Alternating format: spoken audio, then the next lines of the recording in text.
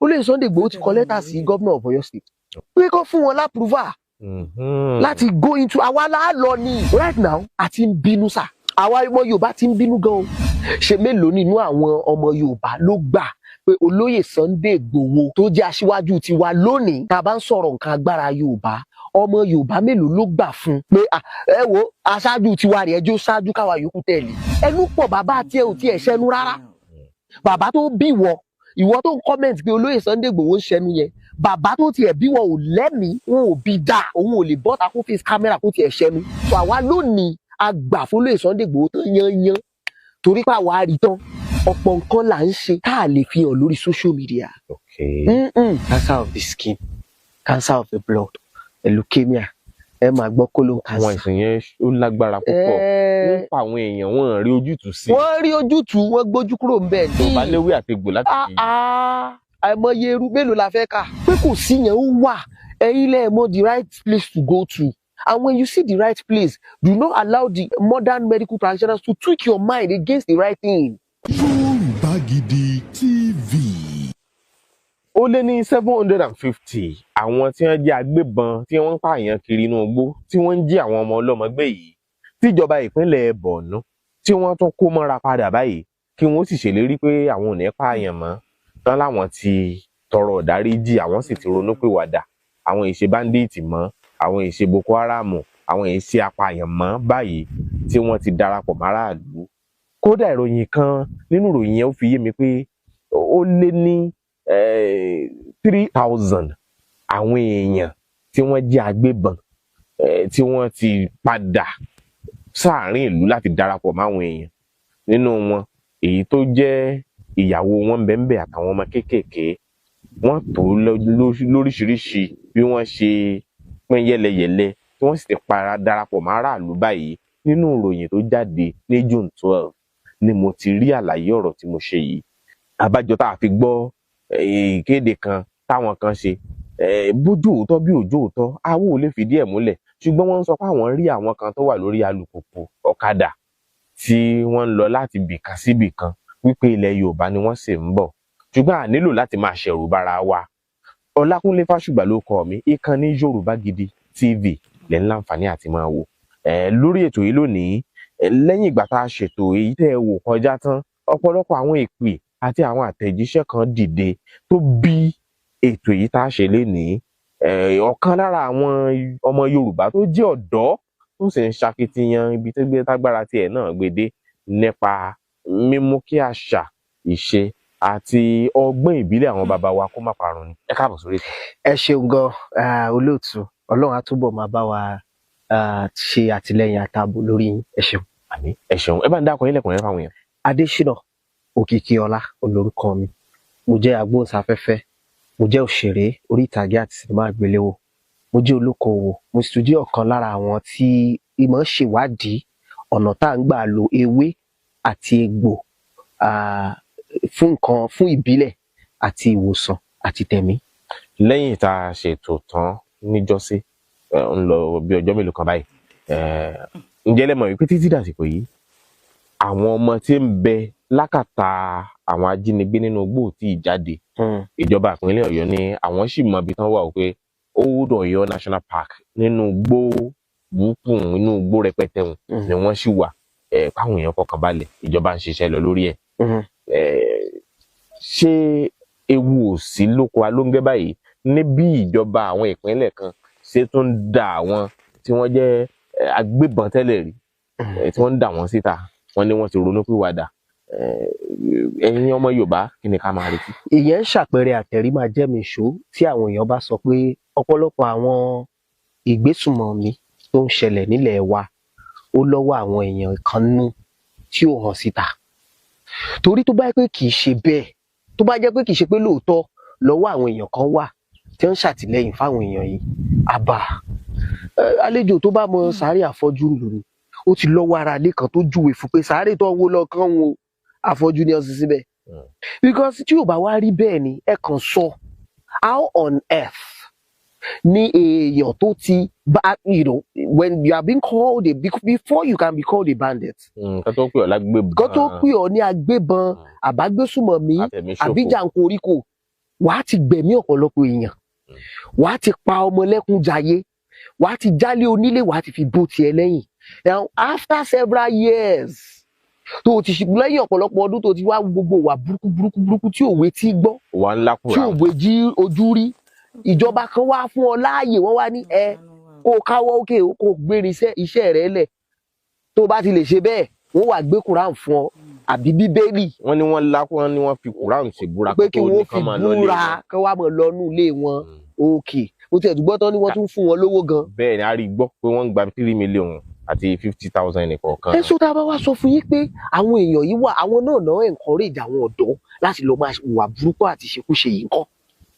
because come to think about it, tí kì í bá ṣe pé gọ́ọ̀mẹ̀ntì ló encourage wọn, èèyàn tó ti jẹ́ bandit for years tó wá sọ fún yín pé òun ti repent, ẹ̀yin náà dé agree pé ó ti repent, nígbà tí Yorùbá sọ pé kì í tán lára ọmọ ọba kó mọ̀ kùdà sákì, wọ́n ní tó bá tán lára wèrè lẹ́ẹ̀kọ̀ọ̀kan yóò sì mọ̀ ṣe páyà. ṣé tí ẹ̀ ń fún jẹ yẹn bá tán, ṣé ń tẹ́ ẹ̀ fún jẹ kọ́ ni ó kù.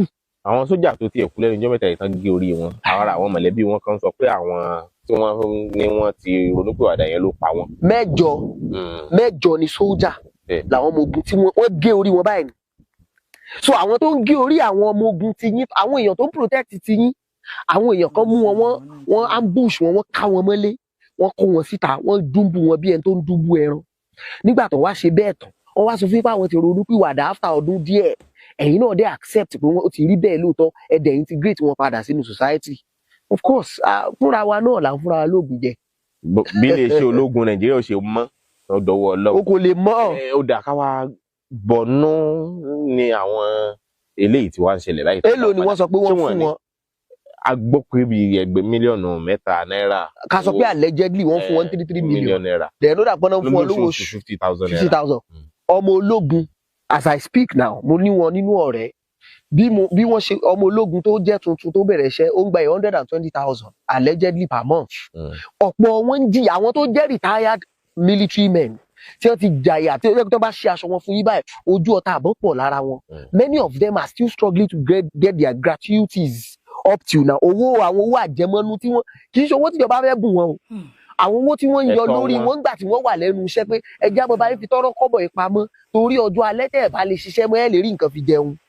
ọ̀pọ̀ wọn ò tí ì rí gbàdọ̀la.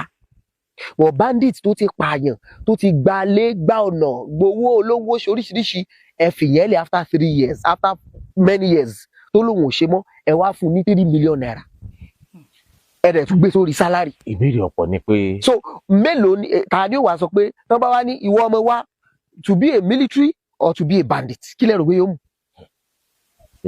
ó fẹ́ mẹ́ẹ̀ tó mú owó lórí. ẹ wá wò ó níbi tọ́rọ̀ wa dé dúró yìí, bí ìyà ò ṣe ní jẹ wá nílẹ̀ Yorùbá, bí wọn ò ṣe ní wọlé sí wa lára ló wá kù báyìí. ìyà ò lè. ọwọ́ àwọn alágbára ilẹ̀ Yorùbá ló sì kù, àtàwọn tó mọ ẹni tó méjì tó mọ méjì tó mọ mẹ́ta tá a dà pọ̀ tí ó dòdìdì bíi tí báyìí. ẹ ṣe àkọ́kọ́ ni ṣé wọ́n gbà fáwọn alágbára yẹn, ṣé wọ́n gbà fún wa, ṣe mélòó nínú àwọn ọmọ Yorùbá ló gbà pé olóyè Sunday Igboho Oosa tó jẹ́ aṣíwájú tiwa lónìí, tá a bá ń sọ̀rọ̀ nǹkan agbára Yorùbá, ọmọ Yorùbá mélòó ló gbà fún pé ẹ wo aṣáájú tiwa rẹ̀ ẹjọ́ ṣáájú káwa yòókù tẹ̀lé, mélòó ló gbà. ṣẹ́nu wá ti kò tí olóyè Sunday Igboho bá fi ọ̀rọ̀ léde nísìn tí wọ́n bá fi sórí social media, ẹ lọ wo kọ́mẹ́ǹtì náà, ọ̀gọ̀rọ̀ àwọn ọmọ Yorùbá náà lẹ́sì rí bẹ́ẹ̀ tó mọ̀ sọ pé ẹnu pọ̀ bàbá tiẹ̀ ò tiẹ̀ ṣẹnu rárá. bàbá tó bí ìwọ tó ń kọ́mẹ́ǹtì pé olóyè Sunday Igboho ń ṣẹnu yẹn, bàbá tó tiẹ̀ bí wọn ò lẹ́mìí, wọn ò bí dá, òun ò lè bọ́ta kó face camera kó tiẹ̀ ṣẹnu. because ẹni tẹ́ ẹ̀ sọ pé ẹnu pọ̀ fún yìí at least ó ń jáde, àwọn tó jẹ́ jọ́ta ẹ̀ àwọn wọ́n mọ̀ pé ò ṣẹnu, ojoojúmọ́ náà attack ẹ̀ spiritually and physically, Ọlọ́run ló ń yọ, orí ẹ̀ ló ń yọ, Elédùà ló ń yọ, n tó gbé dánú ló ń save ẹ̀. now ìwọ wà lábẹ́ comment section, ìwọ ń pe ẹnu pọ̀, ẹnu ti pọ̀ jù, ẹnu ti pọ̀, bàbá tó bí ìwọ ò dẹ̀ jáde kó sọ kóun náà tiẹ̀ wí nǹkankan. kó tiẹ̀ fi ẹnu gbálẹ̀ Yorùbá lẹ̀. kóun náà tiẹ̀ fẹnu sọ, bólóyè Sunday Igboho ṣe ń fẹnu sọ yẹn, kí bàbá rẹ̀ náà jáde kó fẹnu sọ bẹ́ẹ̀ díẹ̀. sí ẹ wo lórí ẹ lọ́pọ̀lọpọ̀ gbà tẹ́ bá pè mí fún some kind of interviews like this, I feel reluctant to want to engage because right now àti ń bínú sà, àwa ọmọ Yorùbá ti ń bínú gan o, and people need to be extra careful. Kò ń ṣe physical náà ti ń fi nǹkan ṣe yàn. torí wọn pé ẹnu ò ṣe pé ká gbégbèsè ló kàn. Ìgbésẹ̀ náà là ń gbé yẹn lójoojúmọ́ náà la fi ń gbé, but àwa ń ṣe cloud chasers àti Sunday Igboho àtàwa tá a jọ ọmọ lẹ́yìn ẹ̀ tá à ń tẹ̀lé because àwa gbà fún Sunday Igboho ń ṣẹgbẹ́ anybody. Ṣùgbọ́n ṣe rí gbogbo àti Christianity tán mú wa o àti Islam tán mú wa àti ṣẹ̀ṣẹ̀ tá a bá, kò sí kankan nú àwọn ẹ̀sìn mẹ́tẹ̀ẹ̀ta yẹn tí ò sọ fún wa pé a gbọ́dọ̀ lò lórí. Ẹ gbọ́dọ̀ fún ẹnìkan ní ààyè láti jó lórí yín, òun ni ó mọ control yín, ẹ̀yin yòókù lè máa suggest bó ẹnìkan gbọ́dọ̀, gbogbo yín ò kàn lè, èmi ò lè ní mo fẹ́ jó lórí, kó lè Sunday Igboho láwọn fẹ́ jó lórí, kí ọmọ ọ̀kan lọ́mọ káwọn náà láwọn fẹ́ jó lórí lẹ́ẹ̀kan náà kò possible. But àwọn ẹnìkan lè jó lórí kí gbogbo àwa tó kù dẹ̀ máa tẹ̀lé. So àwa lónìí àgbà fún lè Sunday Igboho tán yányán torí pé àwa rí tán ibi tó ń gan òrí rẹ̀ dé, àwa ti ṣèwádìí, àwa ti tún rí jù bẹ́ẹ̀ lọ. So ojoojúmọ́ là ń gbégbèsè, ṣùgbọ́n torí pé àwa ò kì í ṣe cloud chasers, we don't need online validations. So torí pé àwa ò kì í ṣe cloud chasers, kì í ṣe gbogbo ń tà ń ṣe, ọ̀pọ̀ nǹkan lọ́mọ Yorùbá àtàtà, ẹ rí i pé emphasis lórí ọmọ Yorùbá àtàtà, ọ̀sọ́ ọmọ Yorùbá lásán wà. Yàtọ̀ sí Yorùbá gidi. Yorùbá gidi, Yorùbá àtàtà ìyẹn wà. Now ọ̀pọ̀ nǹkan là ń ṣe tá a lè fi hàn lórí social media.